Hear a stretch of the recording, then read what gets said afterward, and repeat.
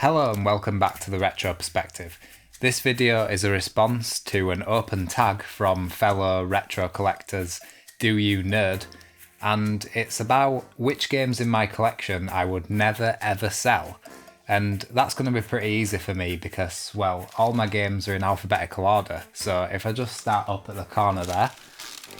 So we've got 5-Star Racing. Don't see why I should sell that really. 102 Dalmatians, Puppies to the Rescue. Definitely not selling that.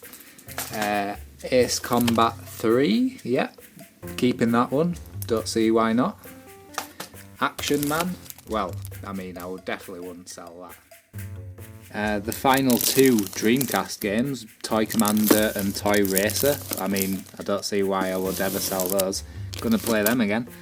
And then finally down here we have Babysitting Mama on the Wii.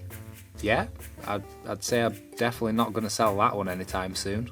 Okay, so I suppose you may have been after something a little bit more specific.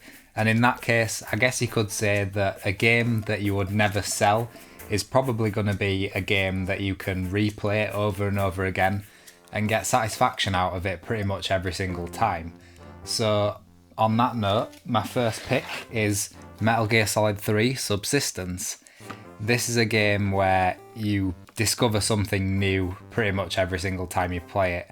There are so many little hidden things in this game, little conversations between characters when you're ringing them up on the codec, or little hidden areas or Easter eggs that you can look for either in first person or with the addition of the 3D camera in the Subsistence version. You can look all around.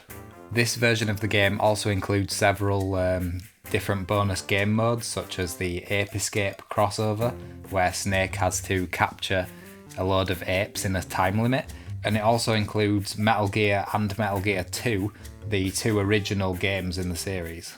Some of these features and modes were actually removed in the HD remaster on the PS3, so this one remains kind of the definitive edition of the game, as long as you're not too bothered about the upscaling of the textures. But the graphics still hold up in Metal Gear Solid 3 anyway, so that's not really that big of a deal. Final Fantasy VIII is a game I go back to pretty much every couple of years and just try and master every single aspect of it really.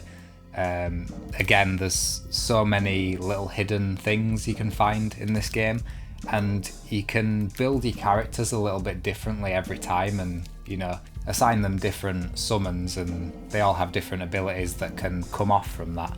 Another reason Final Fantasy VIII has kind of a different experience every time you play is the enemies level with you. So you can fight a boss, for instance, at a certain time and at a certain level, and that boss might be completely different or completely sort of easier or harder or have different moves depending on what level you fight it at. Not to mention, this is just my favourite Final Fantasy generally in terms of story, the mood, the music, and the graphics and the world and just everything really. So yeah, I would definitely never sell this game. The Prince of Persia trilogy is one that I can just run through at any time and find enjoyment out of each and every one of these games. Warrior Within is my favourite by a pretty steep margin, but every game kind of does things a little differently and they're all satisfying in their own right, in slightly different ways. The combat can be quite difficult, especially in Warrior Within sometimes, but I feel like these games overall are a very relaxed experience that you can just sort of, sit there, chill out and, fiddle with the climbing mechanics, and you don't have to really worry about things because you can of course rewind time. Not to mention the soundtrack for all of these games is absolutely amazing, one of my favourite soundtracks for any game series.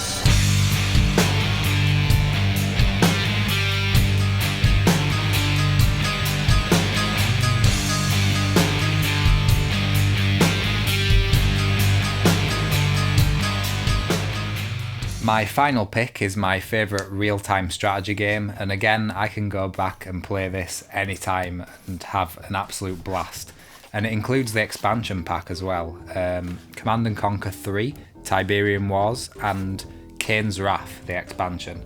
Kane's Wrath brought a ton of improvements to the original, and it is, again, the definitive experience. So I'm not that great at real-time strategy games in general, but the last time I played Command & Conquer 3, I decided I wanted to get really good at it, or as good as I could get at it. So I watched loads of guides and got really in-depth onto, the best ways of doing things. And I managed to do the campaign on hard mode, which I've never done in any other real-time strategy. Can't even get close to finishing probably the first mission on most real-time strategy games on hard mode. And I also played online quite a bit as well and won maybe 2 times. And obviously if you can get to that level where you can play online and almost hold your own against other people that play it every single day, then that opens up a whole new level of fun for these kinds of games. So those are my picks, and if you like, you can leave a comment down below to let me know which games you would never dream of selling, and I'm going to tag Mort's Moments YouTube channel to let me know which games he would never sell. Mort has had to go on to a bit of a hiatus at the moment, unfortunately, but I'm sure once he gets up and running again, he will fulfill this tag, and I'm sure it'll be a good video. So thanks very much for watching, and I'll see you next time.